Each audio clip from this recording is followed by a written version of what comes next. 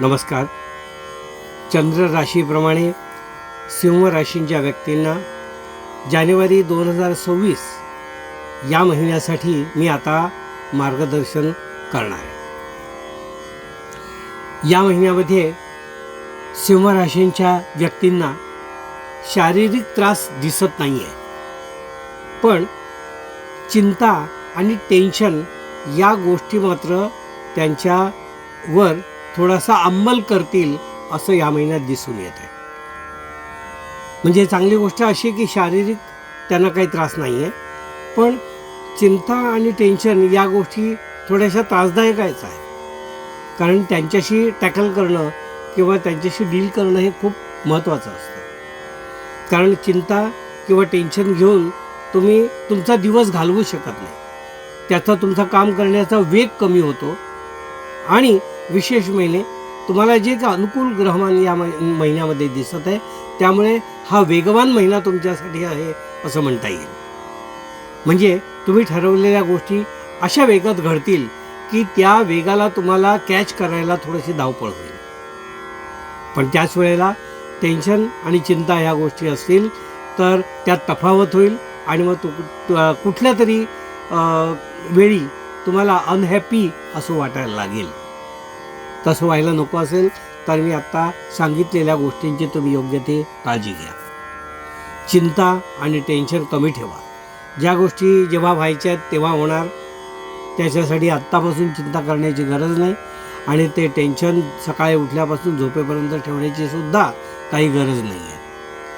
तर ते आपण थोडं बाजूला ठेवायला शिका, म्हणजे तुमचा वेग तुम्हाला सांभाळता येईल. या गोष्टी दोन वेगवेगळ्या तुम्ही करायला शिका, असा मी सल्ला या ठिकाणी तुम्हाला मुद्दाम देऊ इच्छितो. आपल्या डोक्यातल्या पूर्वसंकल्पना ज्या आहेत त्या कृतीत आणण्यासाठी तुम्ही योग्य पाठपुरावा करा, म्हणजे त्या वेळेतच पूर्ण होतील. अनावश्यक त्यामध्ये वेळ खर्च होणार नाही, असा सल्ला मी तुम्हाला मुद्दाम देत आहे. मानसिक चिंता आणि टेन्शन ह्या ज्या गोष्टी आहेत त्यासाठी तुम्ही स्वतः तुमच्या कुलदेवतेचा जप रोज सकाळी आणि संध्याकाळी करा, म्हणजे या गोष्टीची चिंता थोडीशी तुम्हाला कमी होईल. विचारांची पॉझिटिव्हिटी तुमच्या मनात राहील. आपला जो वेग आहे, कामाचा वेग किंवा इतरही तुमच्या सकाळी उठल्यापासून झोपेपर्यंत सगळ्या गोष्टींचा वेग जो आहे तो वेग तुम्हाला ताळमेळ बसवता येईल.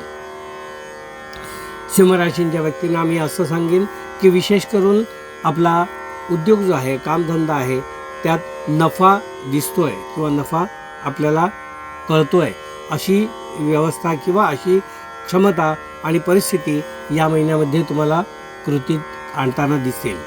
म्हणजे बऱ्याच गोष्टी तुम्ही ठरवल्यात त्या कृतीत येतील आणि त्याचाही तुम्हाला फायदा होईल असं दिसून येत आहे. काही गोष्टी आपल्याला बेकायदेशीर कराव्याशा वाटल्या तरी या महिन्यात करू नका, कारण बेकायदेशीर आर्थिक किंवा अन्य कोणत्याही तुम्हाला थोड्या संकटात येतील. म्हणून बेकायदेशीर गोष्टी या महिन्यात टाळा.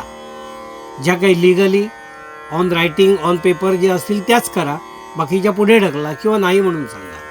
तुम्ही अडचणीत येणार नाही. त्यामुळे सिंहराशींच्या व्यक्तींना आम्ही असं सांगेन की जे आपला छोटा उद्योग करतात किंवा स्वयंरोजगार करतात अशा लोकांना कामामध्ये कोणतीच कमतरता या महिन्यात नाही आहे.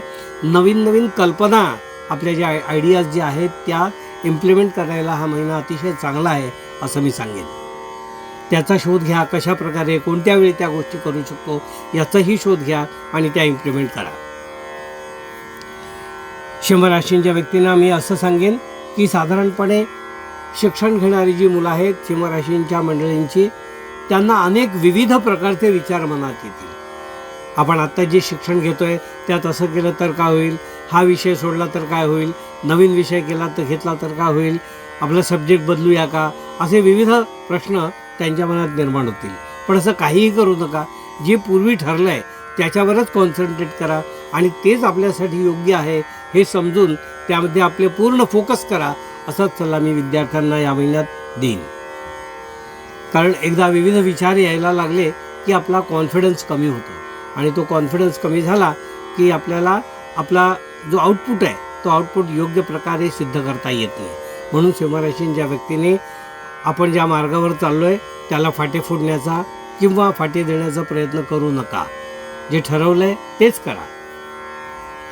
सिंहराशींच्या व्यक्तींना मी असं सांगेन, जे विद्यार्थी परदेशामध्ये शिक्षणाच्या प्लॅनिंग करत आहेत त्यांनी पूर्वतयारी सुरुवात करा. म्हणजे होमवर्क ज्याला आपण म्हणतो, युनिव्हर्सिटीज कुठल्या चांगल्या आहेत किंवा तिथे कोणत्या ब्रांचमध्ये कोणतं चांगलं शिक्षण मिळतं किंवा जुने जे विद्यार्थी आहेत तिकडे शिकून गेलेले त्यांच्याशी थोडा अनुभव शेअर करा. अशा काही गोष्टीवरून पूर्वतयारी त्यांची या महिन्यात विद्यार्थ्यांनी पूर्ण करून घ्या, की जेणेकरून पूर्वतयारी झालेली असेल तर निर्णय घ्यायला आपल्याला फार वेळ लागणार नाही. त्याचप्रमाणे पेपरवर्क संबंधी काही पूर्वतयारी असेल तीसुद्धा परदेश गमनाची आपण तयारी करा. कारण शिक्षणासाठी किंवा कामासाठी असे ज्या लोकांना परदेशात जावं लागतं त्यांना ती पूर्वतयारी थोडी आवश्यक असते. ते ती पूर्वतयारी आता आपण करायला लागणार.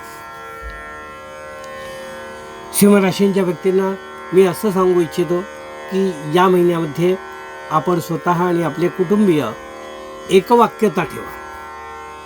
वेगवेगळ्या व्यक्तींचे वेगवेगळे जर डोके चालत असतील किंवा प्लॅनिंग जर वेगवेगळे असतील तर त्याला कधी सुसूत्रता असणं अतिशय आवश्यक आहे. ती सुसूत्रता जी आहे ती आपल्या कुटुंबामध्ये पती आणि पत्नींनी पहिल्यांदा आणावी आणि त्यानंतर आपल्याला आपल्या कुटुंबाला म्हणजे मुलांना किंवा ज्येष्ठ मंडळींना त्यामध्ये त्यांनी सामील करून घ्यावं. त्याचप्रमाणे परस्पर पती पत्नी यांनी आपले विसंवाद जे असतील ते चव्हाट्यावर आणू नये. जे काही असेल ते कॉन्फिडेन्शियल आपल्या दोघांचंच संपवावं. ते चव्हाट्यावर आणून किंवा 4 लोकांना सांगून त्याचा विचका करू नये असा मी सल्ला या ठिकाणी तुम्हाला देईन. सिंहराशींच्या व्यक्तींना मी असं सांगू इच्छितो की कौटुंबिक आपलं उत्पन्न जे आहे ते आपल्याला पुरेसं हमखासपणे या महिन्यात असणार आहे. त्यातून काही आपल्याला कमतरता किंवा लोकांपुढे काही आपल्याला हात पसरण्याची किंवा मागण्याची अशी काही वेळ येणार नाही आहे. पण बँकेत आपण जे काही कर्ज वगैरे असं काही घेण्याच्या प्रयत्नात असाल तर ते थोडंसं उशीर होईल किंवा फायनान्स आपण जर काही कारणाने उभे करत असाल तर त्याला थोडं उशीर होईल.